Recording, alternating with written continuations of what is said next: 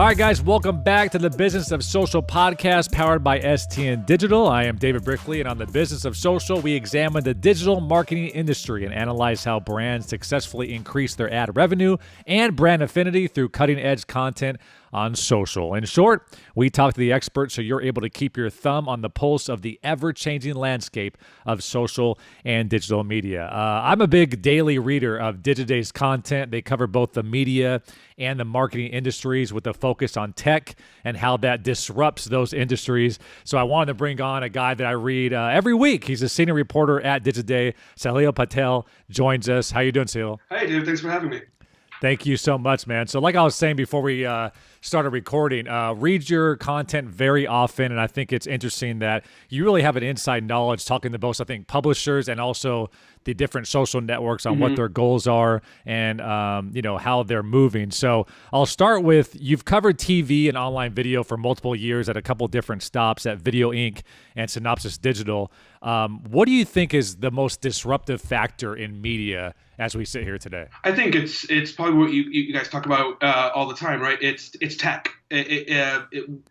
I know, a lot of the conversations over the past few years has been about sort of the disruptive power of Facebook as it relates to sort of publishers and the more traditional media companies, right? But you look at companies like Amazon, you look at companies like Netflix. I mean, there's a reason you see some of these big major consolidations happening. AT&T buying Time Warner, Disney buying a lot of Fox. It's not because they're wanting to get bigger for getting bigger's sake, right? It's because of Netflix. It's because of Amazon. Yeah. They feel like they need to protect themselves by getting bigger. And I think it's interesting, though, right when we kind of all agreed that everything's going OTT and linear continues to diminish, Roseanne pops up on ABC and gets 18.2 million viewers, which just set the whole industry on storm, because we haven't seen numbers like that in a very, very long time. So how do you, I guess, describe this industry? Because you can't, we know it's where it's going in 5 and 10 years, but linear is still so powerful and still reaches so many people. So how do you, I guess, explain where the industry is currently? I think, I'm sure the TV guys will love to hear this because they've been trying to champion this for so long, which is I feel like eventually we're just going to stop talking about linear. Right? I think the idea is, what's the total viewing, right? 18 million people watched Roseanne. We don't know yet, and if the numbers are out, I just haven't looked at them yet, but we don't know how many of those, how many people on top of the 18 million watched it on Hulu, watched it on over-the-top video platforms, right? Yep. NBC just came out with this new metric that they want to use, right? In terms of, we're not going to give you just the Nielsen ratings. We're going to give you the total viewership of a show across all the different platforms and screens that can be viewed on. So I think that's what's the interesting and important thing, right? Where it's no longer about how many same day viewers did you get at 8 p.m. on a Thursday night.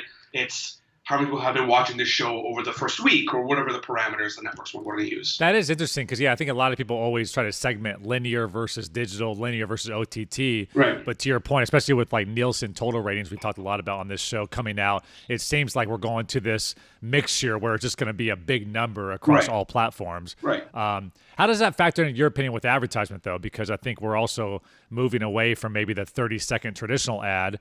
And if networks start to just give you a total number, how to inject those different, I guess, monetization opportunities. I think it unfortunately, it's always going to be a lot wait to be seen. You see the networks going really heavy into this, right? A lot of them are experimenting with reduced ad loads. And a lot of that has to do with the fact that people are no longer watching as often on linear, right? They're watching everything from video on demand to their DVRs to platforms like Hulu and even the network sites, which have lower ad loads. So if people are spending more time watching that, you got to have to create a linear experience that matches that, right? So I think it's still a lot of wait to be seen, because I know the networks want to be able to charge higher and want to be able to measure effectively, and so they can work with advertisers across and do these buys that kind of span all these different platforms. But just the understanding and unfortunately the knowledge just isn't there completely yet. There are still a ton of people on the marketing side, for lack of a better phrase, that just don't get it. It's still very easy to say,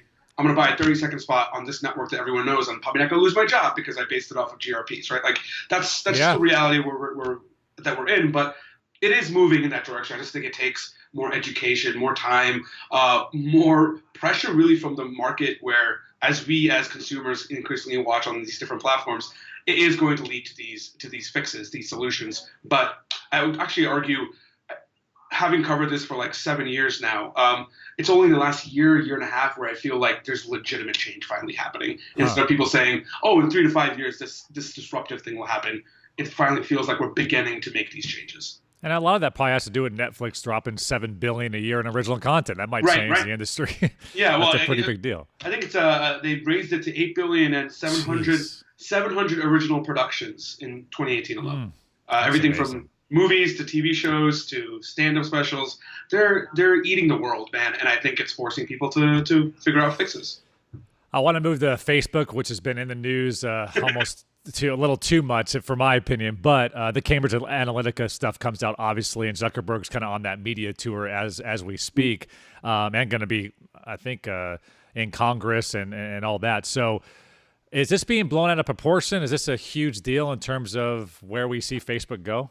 I don't think it's being blown out of proportion. I think the really interesting thing is it has. What's the best way to put this? Now everybody knows how online advertising works. This is not just a Facebook problem, right? This is an online advertising problem, and people just didn't know, so they didn't pay attention to some of these practices that were considered common by everyone. I'm not trying to give Facebook a pass right now. I'm just saying it's an industry issue. People all of a sudden know what cookies mean. Yeah, exactly, right? And so I think it's more that this ecosystem is finally being covered in the way it should be covered. For a long time, people just didn't know, so it was never covered that way. It was looked at, it was treated at arm's length just because you didn't know what was actually happening. So I think it's not being blown out of proportion. It just so happens that we're talking about the second biggest advertising company on the planet after Google. We're talking about a company that has, not the greatest of relations with media and sort of advertising as well. I think it's just because it is Facebook, it feels a lot bigger. But I think the story is being reported with as seriousness as it needs to be. In terms of Facebook, though, do you think in users, is there a possibility that millions and millions and millions and millions just get off the platform and that affects Facebook's bottom line at all, or is that not? I don't think. So there'll be enough people, and because it is of the moment, people pay attention to the delete Facebook movement. But I think we're not talking the other issue with Facebook, right? And I think we're going to be heading in that direction, which is the whole conversation around regulation and whatnot. But Facebook is not just a platform we use. It's become a utility. It really has for 2 million people, right? Like this is not, I'm not an active Facebook user, but I have a Facebook account. I always call it's the white pages. Our parents used to have the yellow pages and white pages that look people up. You have to have a Facebook to be a human. You have to prove that you're a human on Facebook. I don't think there are a lot of people who are like, I'm a Facebook loyalist or like I'm a fan of Facebook. It's become a utility, and so I don't. It's like having a passport or anything like that. Yeah. And so I just don't see it as meaningfully hurting their user numbers. I do think it's going, obviously, with everything that's going on, we're going to see big changes being implemented at the company. We don't know how serious of these changes are going to be, but I don't think it's going to hurt the user number by any means. You mentioned that people at networks aren't too thrilled with kind of what they're doing, their media partners, and I know you have you've talked to Facebook as well. But for publishers, what does Facebook want publishers to do now? Because with the algorithm changes and with Facebook Live being a huge thing last year, and now Facebook Watch seems to be something they're pushing. In your opinion, what do they want us to be doing as publishers and media conglomerates? I will say if you have an off the record conversation with any publisher, I think you get to the closest to the truth, which is I don't think Facebook knows. All Facebook cares about is people spending more time on Facebook, right? Originally, it was, okay, let's try video. Video, people spend more time watching video than performing other activities. So we're gonna change our platform to the point where newsfeed video is going to be sort of the biggest thing, the newest, coolest thing. People will watch it, and that's how you had the newsfeed video start. And they would prioritize it effectively, yeah. Right. But the way they built it really prioritized like 45-second videos, 30-second videos, 90-second videos. So like, okay, well, we want people to spend more time on our platform. Let's try live, because the idea is live video is longer. It's just, you shoot things longer with live, and if it's longer, people will watch longer because it also is the evidence of the moment. Didn't work out. because Facebook's a tech company, Facebook's a media company without treating itself like a media company. Yeah. Which is actually, I would happy to go into how that's really caused a lot of its problems. Just acknowledge that you're a media company would really help you out. But so Live didn't work out. So now it's Watch, because Watch is like, oh, let's do a television-like platform with shows that have longer episodes, right? We'll pay for some of them. We also want, and they've been pushing this very hard since January, I would say, doing shows that have like social and community and interactive and transmedia elements, right? Like if it's a scripted show, have accounts for your characters where they can like interact with fans throughout the week between each episode. If it's a show, like for example, they have a show with ESPN right now, right? Where they do a version of First Take. First Take's a debate show on Facebook. They basically have formatted this thing where on Monday they'll have the guys debating about something, and then on Wednesday. And then you have people upload, and then one person gets to debate them on Friday, right? That's an interactive kind of show. That's the kind of stuff that Facebook wants. But again, it's probably not going to work. Watch in general, maybe. But it all is under the thinking of we are trying to find ways for people to spend more time on Facebook. Even when they say stuff like, now we're focused more on meaningful interactions. We don't care if that means people spend less time per day on Facebook. But if they have more meaningful interactions, I don't think they even know what the hell that means, right? But I think the idea is Facebook's media, and specifically its video efforts, since the beginning of the newsfeed video wave, has been entirely a product test, a series of product tests. And the unfortunate thing is they swept up a lot of publishers because they saw money, or the potential for money, and now it's hurt a lot of them. Because, again, Facebook doesn't actually care about the media companies that it says it cares about. They don't. They care about themselves. They care about their platform and their product. And they figured out video was a way to boost engagement and time spent on their platform. And now, to your point, they're telling publishers like pay to play. Yeah. If you really want to. Well, here's the thing. So, the live and newsfeed video subsidies ended, right?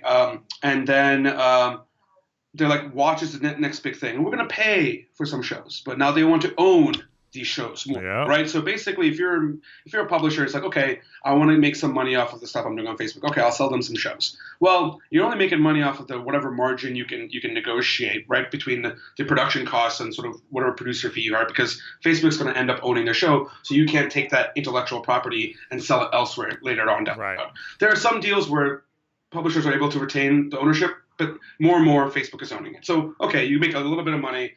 Money on Watch. The mid-rolls have not been working out well enough where you're getting a significant amount from that, right? So like there's some money to be made. But before they even launched Watch, and I've gone back to this a couple of times, Facebook's CFO said, eventually we see Watch as an ecosystem where it can be monetized by revenue share.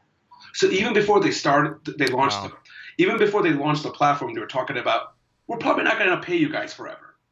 So it's one of those things where if you can get the money now, make the money now, but like don't expect this money train, for lack of a better phrase, to exist forever, because eventually Facebook will shift, because they always shift. Yeah, and I guess my concern is if Facebook's always worried about the user experience, that makes sense, all the shifting. But I feel like from a user now, I'm a Laker fan, so I like to see my Laker content, then maybe a Digiday article from you, then maybe an article from my friend, and then maybe a sponsored post. Where I feel like they're going now is, high school acquaintance, sponsored post, sponsored post, sponsored post. Right. My aunt and her dog, high school acquaintance, sponsored post, and that's not really an amazing user experience. Right. So I guess my fear, and I don't know if you agree or not, but if they keep on making these changes and algorithm changes that don't necessarily help the user, because I do want to see some of that content from the brands and from the publishers. Right. I think the funny thing about Facebook is always going to be, in 6 months from now, it could be a completely different story. Hey, this didn't work out. We're going to bring more media content back into space. You're right. So like that's a good point. What's happening now could be completely different 6 months from now. So I think they're always going to be doing things to figure out ways to improve, let's say it nicely, the user experience and the product. But I think the key thing is never expect or rely too much on them, because what's good now is might not exist 6 months from now, and what is bad now might be greater 6 months from now. You just don't know. So don't have some of your work be there, but don't be overly reliant on them, because it's not good for your business. Yeah, don't put all your eggs in one basket. Right. I want to go back to what you said earlier. Facebook calling themselves a tech company when they'd be better off calling themselves a media company. Love to hear your thoughts on that. Well, let's just look at it very simply. Facebook sells advertising against content, right? There's content on Facebook. Facebook sells advertising. Like, it's a media company. Its business is media. Most of its revenue is the way media has monetized, right? Through advertising against the consumer and the audience that you have. The problem is it's the whole Silicon Valley approach. We're disruptive. We're a tech company. We're a tech platform. Our business just happens to be in media. I think actually YouTube CEO said something very similar to that. We're a tech platform. Our business just happens to be in video. It's like, no, you're a video company. Just call yourself that. Yeah. You are buying shows. I mean, Facebook is buying shows just the way NBC and Netflix buy shows. Yeah, right? exactly. So but because they call themselves a tech company, they kind of have always been able to flip away the criticisms that they've gotten about its media business and how it's affected both advertisers and publishers, right? Not so much anymore because of all this stuff. Right. But if they'd acknowledged what they were from the beginning, they probably could have I'm not saying Cambridge Analytica would have never happened, but they would have been a much better spot to respond to it than acting like they have been, which is being blindsided in a lot of ways. So, my day-to-day, I run a social media marketing agency, and a lot of our clients and what we're seeing in the analytical side is Instagram, from an organic standpoint, obviously, has taken the bread every step of the way the last year or so. Mm-hmm. As Facebook has turned down that organic, reach, people are now shifting resources to Instagram. And my thing is with that, and I want to get your opinion, how distant is Instagram from Facebook's day-to-day and their overall strategy? Are they pretty siloed, or since Facebook obviously owns Instagram, do you see those same principles being sent over to Instagram as well? I would say unfortunately, it's a little bit of both, right? Like they are siloed, right? It's run by Kevin. Like it's a big company, obviously owned by Facebook, but they can do what they want to do. But I'll give you a great example of it, right? They're still so very much connected when Instagram stories first launched, and everyone was talking about how they're just completely cribbing Snapchat. By the way, Facebook cribbed the hashtag too from Twitter, but no one ever talks about that. They all steal from each other. Let's be honest. Yeah, exactly. They all steal from each other.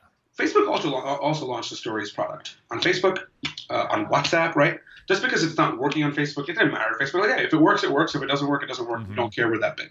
But you can see how the companies are still connected because they could do that, right? Very quickly, next to each other. But yeah, there's still sort of some of that independence on Instagram because of what the product is and how they want to maintain sort of the experience of that product and not make it too. You wouldn't call Instagram a utility the way Facebook is, right? So that's true. There is the understanding that there are distinct products, but because they're the parent, they're still very much connected in a variety of ways. Yeah, it sure is nice if Facebook, for whatever reason, takes a little bit of a dip. It sure is nice to own Instagram and WhatsApp as well. And if Evan would have sold Snapchat for that $3 billion offer, he would have owned the whole industry essentially. Yeah, exactly. Twitter, so their first profitable quarter in over 12 years, which as a business owner, it's amazing that you can go that long without profit. But that's Silicon Valley, though, right? Yeah, exactly. But that means that things are they're feeling good internally finally after 12 years of those earning reports maybe not being where they want it to be. With Facebook and all the headlines that are coming out, what do you think is next for Twitter? Well, they're actually on a very, very aggressive charm offensive with publishers. I joke about it where it's like the strategy has essentially become, oh, Facebook doesn't let you do that, we'll let you do that. And now's the time to pounce. I think you would agree. Right. All these Facebook has these terms. We'll give you better terms. And by the way, Snapchat's currently doing the same thing. Snapchat's releasing products and reaching out to discover publishers in a way where it's like, let us help you make more money. You see what's happening on Facebook. So all these other platforms are, it's you pounce when you see an opportunity, right? So all of these Twitter, Snapchat see an opportunity. With Twitter, though, it is very interesting because both from an advertising perspective and a publisher perspective, like they are very much like, we will give you the better terms that you want. Everything down to, like, for example, one complaint I've heard from multiple advertisers is, oh, we can't, for the longest amount of time, or since it launched, we couldn't buy individual publishers or shows on Watch. You bought a broader video deal, right, which would include some mid-roll placements inside Watch, would include this other thing, like it was sort of a broader buy. That's how Facebook did it all the time. With Twitter, Twitter works. I forget the most recent number, but let's say it's like around 300 or so media companies that are able to use the Amplify product, right, with the pre-rolls and whatnot. Yep. If you're an advertiser, you can buy an individual publisher if you wanted to. It's a very simple thing, right? But it's an example of like how Twitter's like, okay, this is what the giant does. Let us give you a much more favorable option if you want to do it. Until Facebook is still kind of testing them out, but Facebook has never done pre-rolls. So it's like, we will give you pre-rolls. If that's what you want, we will give you that. Facebook is taking a 45% cut of every dollar generated on mid-rolls. We'll only take 30, let's say. It's just Twitter has been very aggressive about this, and let's say I've heard plenty of publishers are like, we love Twitter. They seem like they care about us. They're working hard to make it easier for us to get an audience and get revenue from that audience. Right. So they're definitely courting publishers. Snap's doing the same thing. It's an opportunity, and see these guys see it. Speaking of identity crisis, I think Snapchat at one time called themselves a camera company. Yeah. Which I wanted to agree with, but yeah. So with their UX changes and the Kylie Jenner tweet and the Rihanna tweet, they obviously went through a little bit of PR crisis as well. But you mentioned Discover and what they're trying to do. What do you think is next for Snapchat? And do they have it? Go ahead. I think so. We're going to start to see maybe a little bit more of a loosening up of, because the other thing with Snap is it's always been very restrictive with terms, with distribution, with the partners they worked with, right? The sense I get is that they're loosening up a little bit, right? Giving publishers more options to make money, right? They're doing shows, but they're also doing the Discover magazine editions as well. And I think the separation, ultimately, people will get over it. I feel like it's when Facebook used to make constant changes to its platform, right? Everyone's like, this is different. I hate it. I think Snapchat's going through that right now, but I don't think we'll see what they say once the next earnings report comes out. Right. At least the data that I've been getting from third-party providers, like the app analytics companies, say installs are going up, right? Downloads are going up. So like from the third-party providers, they say there's no noticeable dip in terms of people deleting the app or not using it as much. We'll see what Snap says when the earnings come out. The interesting thing for me is going to be, now that if you're able to successfully separate media to the right and your friends and your family to the left, on the right, if you look at Snapchat right now, it's really tough to find some things unless you subscribe to them, right? Very tough. If you have a lot of influencer content being thrown at you, you have the Discover publishers and the shows. Unless you are following specific ones, they might not appear at the top. So that's going to be an issue for them to figure out. Not both Snap as well as the media partners they work with. How do we grow our visibility when it's a lot more now versus just one of 40 or 50? I thought a big change that people didn't give enough credit to was when SportsCenter on Snapchat, when ESPN decided to do that. That was a big deal because for the entire history of ESPN since 1970, whatever, they've always said, if you want ESPN content, you come to us. Yeah. And that was the first time ESPN ever said, we're going to go to you now. We're going to go to a platform and put original content on there. Do you think that was a big deal? I mean, for ESPN, that conglomerate to say, hey, we're going to go to Snapchat and talk about SportsCenter, which is really, that was their main. I don't think, I wouldn't say the specific SportsCenter deal was a big deal for them. I think the thing about ESPN is for the past year, 2 years, they've had to rapidly accelerate how they modernize, right? It can no longer just be SportsCenter at 6 p.m. It's got to be all these different things. So I think the bigger deal is what ESPN is actually doing in terms of the overall change in the company, right? Everything from the launch of the upcoming, I think it's launching next week, of ESPN Plus, right? Obviously doing deals with Snapchat and Facebook for shows, right?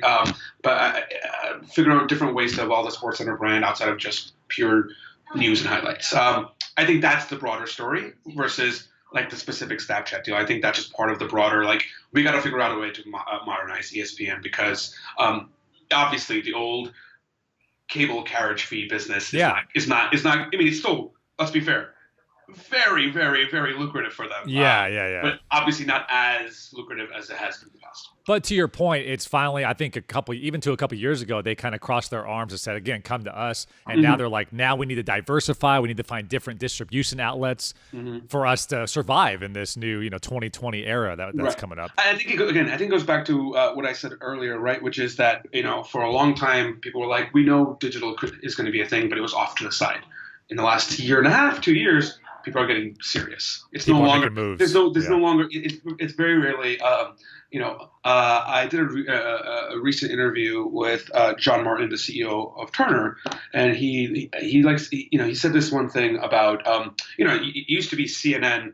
The television side was separate from the editorial, like the digital side. Now it's all they're all in the same building. They're all together. I think that's. Yeah.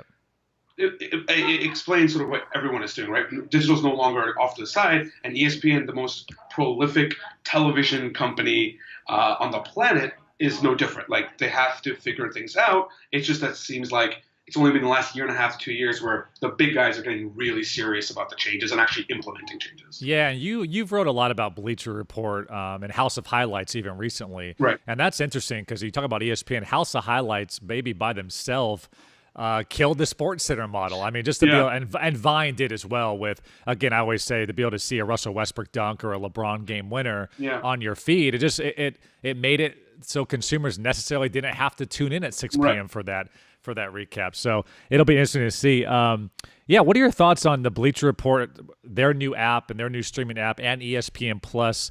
Do you think it's going to take a while for the consumers to make that part of their day, or? Yeah, the Bleacher Report one is interesting because they said they're going to experiment with like subscription options, right? Maybe you can buy a league or you can buy multiple leagues or whatever. They're going to experiment with that stuff. But for the time being, after the months of free previews that they give out is over and they actually start charging, it's going to be pay-per-view, right? You pay per game, pay per quarter maybe.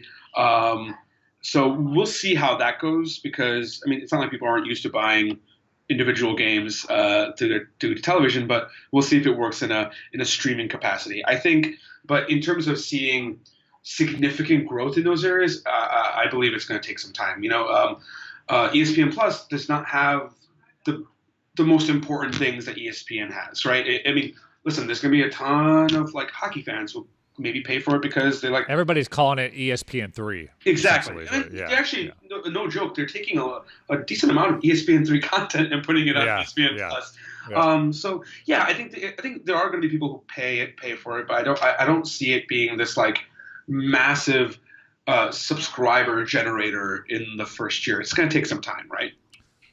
So with media companies, though, I'm always fascinated with when you go to the OTT and ESPN decides to make ESPN Plus or even Bleacher Report app. Hey, 99 cents, you can watch, the Cavaliers play the Bucks if you're a big, big LeBron fan. How does like NBA on ESPN or NBA on TNT, how you would assume that would be a conflict of interest if people are watching and streaming rather than having to be forced to tune into the linear networks. Have you seen or heard any of those conversations of how they, I guess, balance that? There hasn't. I think they're all thinking about it, but hasn't been much chatter. Listen, like every time you talk to them, they're also very quick to point out this is not going to eat into our existing partnerships in business, right? When I was at the Turner event to launch Bleacher Report Live, there was the president said like, there's no way that we're going to have this cannibalize our World Series or our partnerships with the cable distributors, right? It's extra stuff. It's stuff that we had, right? That's why the people joke that ESPN Plus is ESPN3, right? Because they're not putting Monday Night Football on ESPN Plus anytime soon, right? They're not going to put their biggest properties are still going to be on linear or through TV everywhere, and that's a lot of that's tied with not just the partnerships they have with the distributors, but it's the partnerships that they have with the leagues and sort of how those rights get kind of played out, right?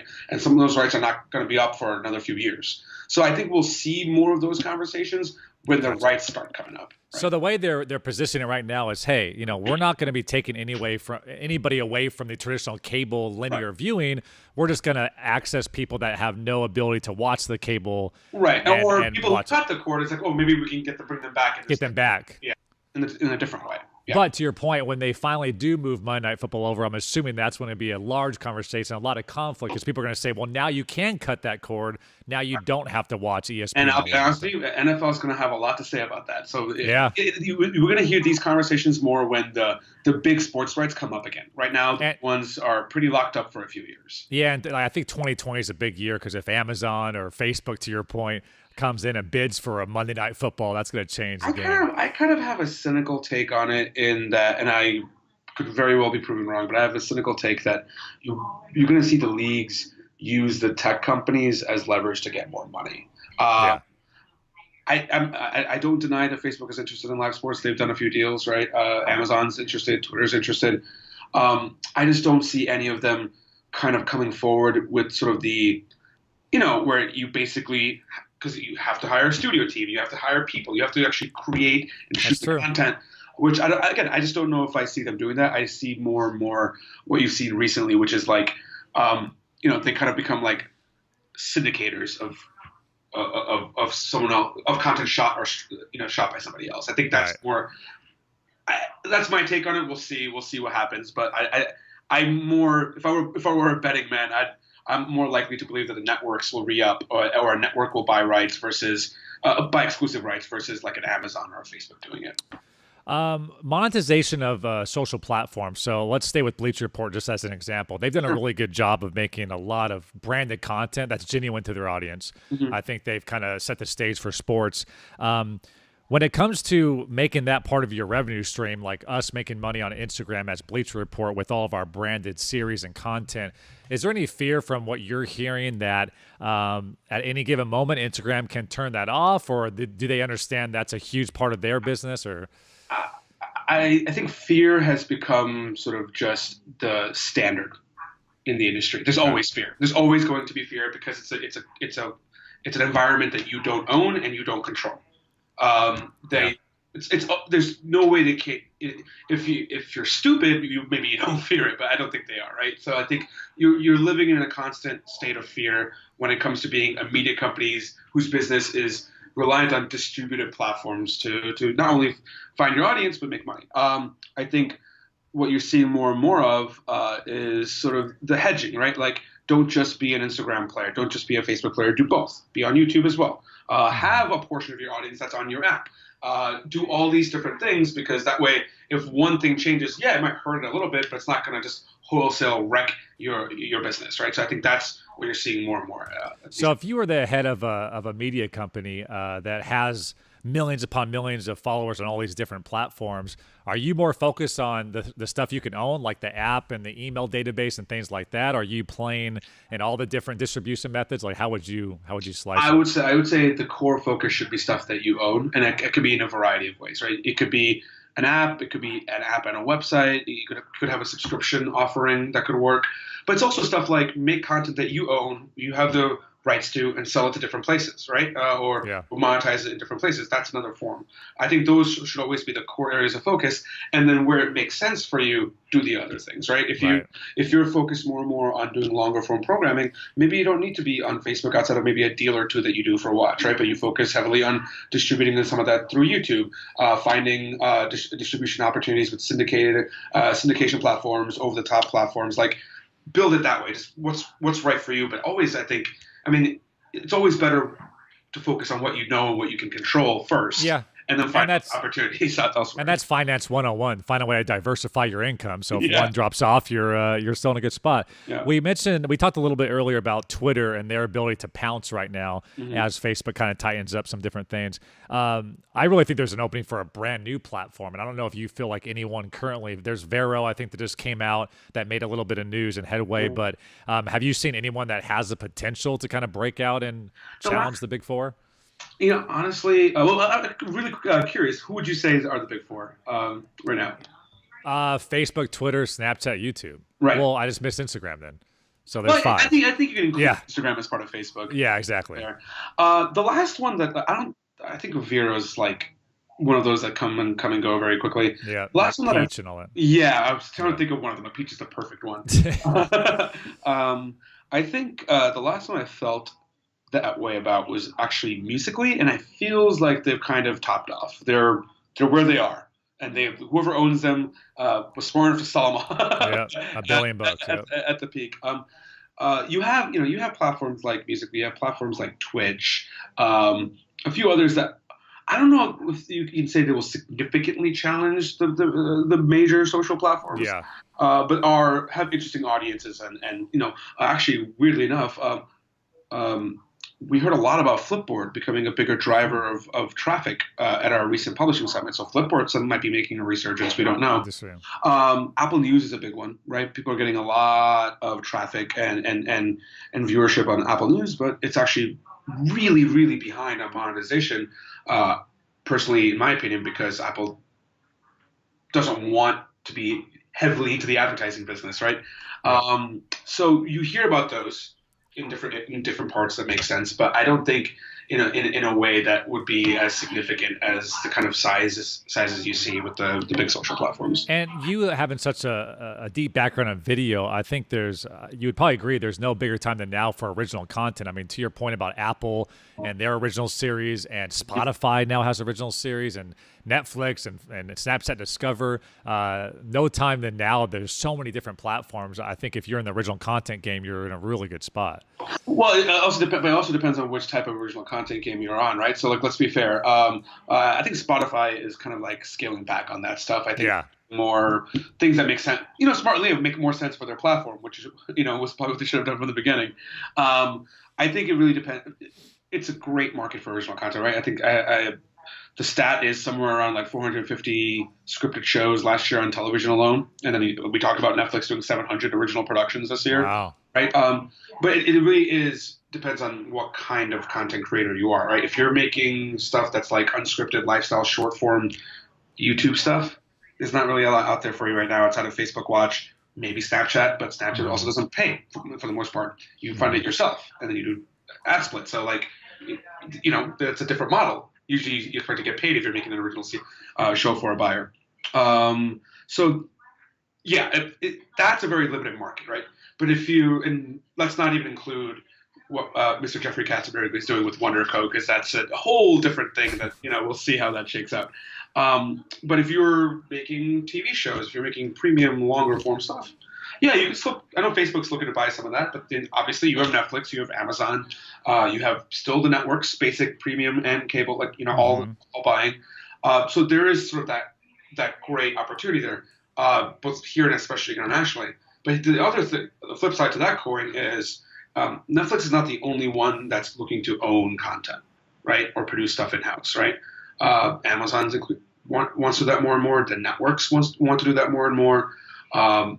Even Facebook wants to do that more and more. So you have to kind of like then have those serious internal conversations about how do we treat our intellectual property, our IP. Is it better for us to just be a producer for hire in most cases, or do we try to find ways to retain some of that ownership so we can find additional revenue streams down the road, whether it's through syndication, additional licenses, all the other things that studios and content producers have been able to do for the longest amount of time.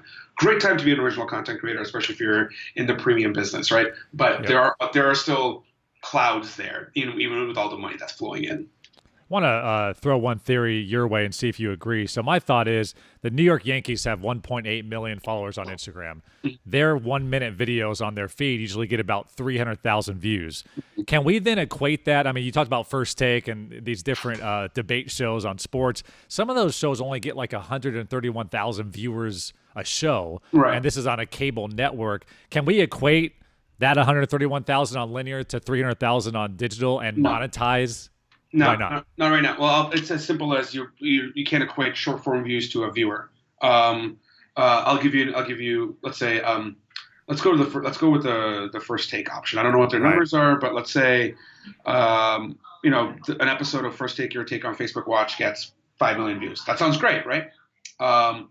View on Facebook is counted at 3 seconds. So the only guarantee we have, at least publicly, is 5 million times that video played for at least 3 seconds. Yep. If First Take on ESPN's on the ESPN cable channel averages, let's say, I'm making up numbers here, so if ESPN PR is listening, you don't have to correct me. Let's say they get 800,000 viewers. Right. You would think 5 million is better, but that's 800,000 viewers per minute on average across the telecast, right? So it's simple math, right? Do you want 800,000 people on average for an hour, or do you want 5 million for 3 seconds? Yeah, that's a good point. And that's why you can't equate them. You can't equate the social video. I think a lot of people call them vanity metrics. Yeah, much impressions. You can't equate that to a viewer. That I know there's a lot of like inefficiencies with how television measures how many viewers it has. Nielsen's right. Yeah, but we can talk about that. But like it's still, you can't equate a viewer to a view. It's just they're not on the same planet, right? So do you think that's coming where Facebook and Instagram, they can provide you with that data where on average and people listening or watching throughout the duration?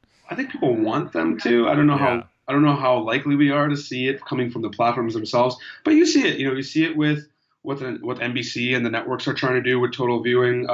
You see it with the work that apparently Nielsen is constantly doing to try to improve its ratings products. Yeah. Like you see efforts in that direction where you can compare a digital performance to a linear performance, and we'll get there in some capacity, I'm sure. I don't know how efficient it will be, but I don't know. We'll see. It seems like the industry as a whole needs to agree on what the metric is, so we all can grade on that. Yeah, and it's not in Facebook's best interest to give you an average minute audience for their watch shows. It's easy. Yeah. It's nicer to say I have 5 million views.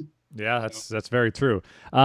So what are you surprised that publishers don't do more of? Is there, in terms of undervalued attention, is there things that you see that just make a total sense that you feel publishers aren't taken seriously enough?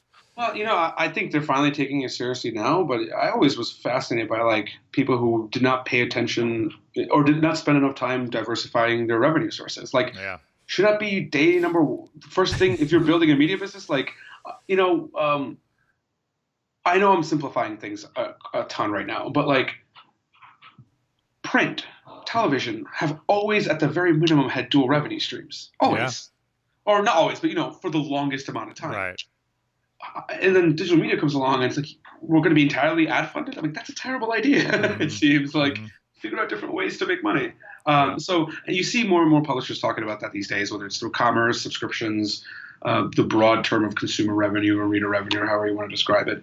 But that was always fascinating to me. It's like, why?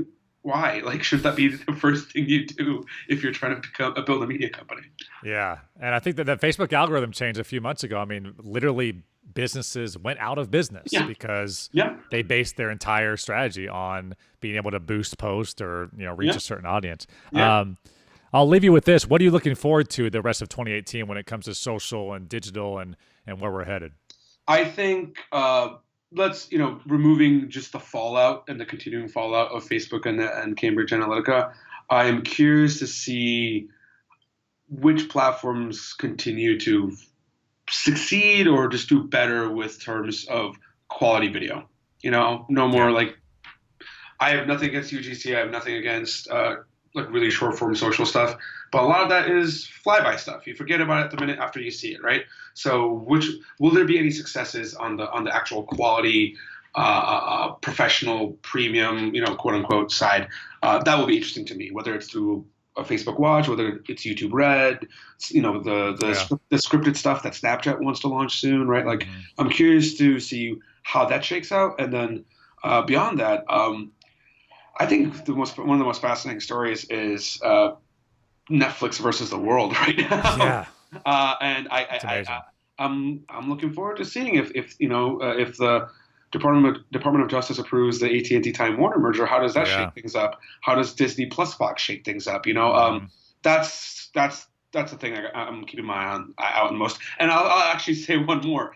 As Netflix is eating the world, don't forget to look at Amazon either, because if you look at them, they seem to be competing with everybody right now. They compete with Netflix here, they're competing with YouTube here, they're competing with crazy just retailers here. Like, it's almost getting to like a monopoly thing. I think they're getting into like medical device sales and medical. Right. It's crazy. It's like they seem like they're in every market, in every industry. So while Netflix is eating entertainment, I'm curious to see how Amazon does it with everybody. So it all comes full circle. It sounds like you agree with Jeff Bezos and the diversifying of his income and how he does it all, man. The first, the first $100 billion man probably did something right along the way. Yeah, I agree. Well, cool, man. It's been a beautiful conversation. Thank you so much for all your time. Check out all his work. He's a senior reporter at Digiday. Sahil Patel, thank you so much, man. I appreciate it. Thanks for having me. Thanks, boss. Cheers. All right, there he is. What a good conversation. This guy, like I mentioned, the good thing about what he does is he's able to talk to people inside Facebook, inside Instagram, but also talk to the big media publishers. And I think how that interaction is happening. I think what we learned from this conversation is it's ever evolving, it's ever changing, and I think if you're in this industry, it's important to make sure that you're diversifying what you're doing on multiple platforms. So if one changes, it doesn't screw up your entire strategy.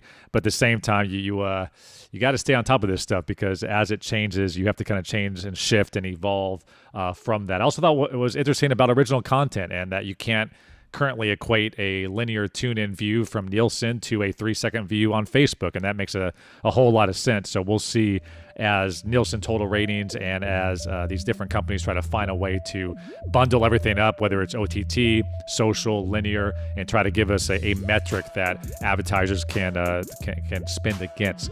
But it was a great talk as always. Want to shout out producers David Furker, and Auntie Lightning, and also Sam Howard. This is the Business of Social Podcast.